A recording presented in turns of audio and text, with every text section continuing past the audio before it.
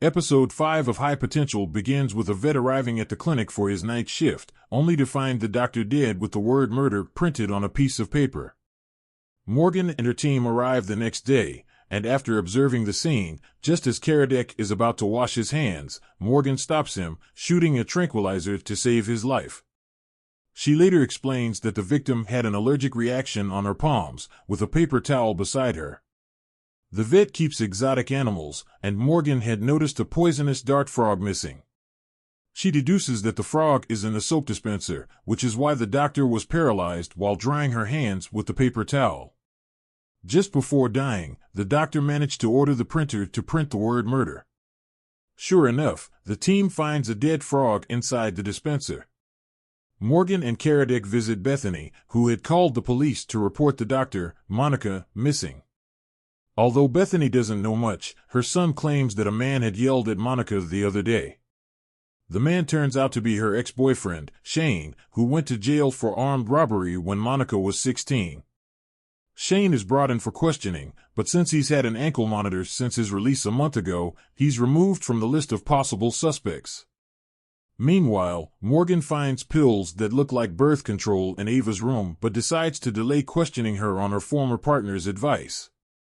Later, the team questions one of Monica's online haters, who claims that Monica incinerated his pet spider without consulting him, saying it was infectious.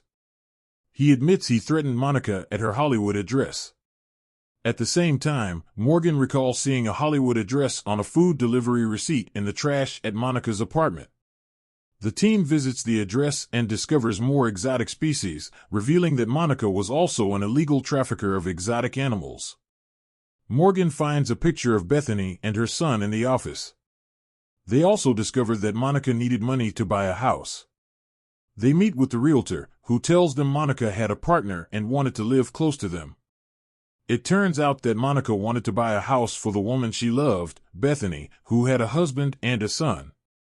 Bethany confesses that her husband knew she was planning to leave him for Monica.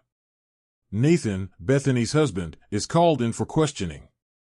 The team also finds a book on frogs with a coffee stain on the page about poisonous dart frogs. Nathan eventually confesses to killing Monica, but Morgan feels unsure about his confession.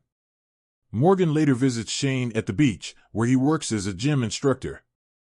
She notices his ear dimples, which match Bethany's son's. She then interrupts Karadec's date to inform him that Bethany's son is adopted, and he's actually Shane and Monica's biological child. Having both ear dimples is a sign of biological inheritance.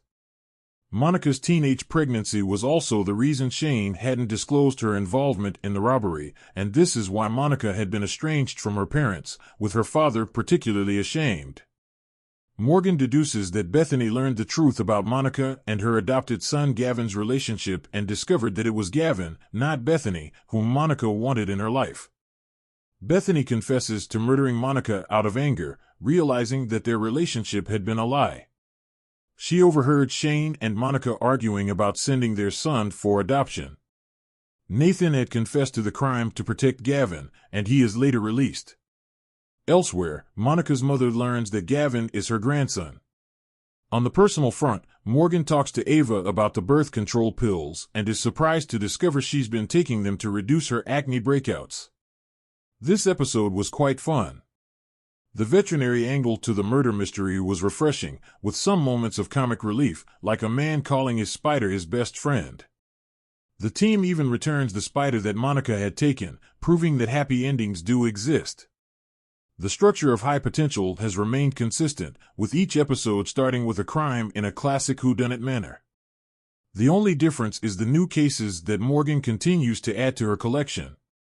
In her personal life, it's touching to see how her relationship with her children is influenced by the crime she solves.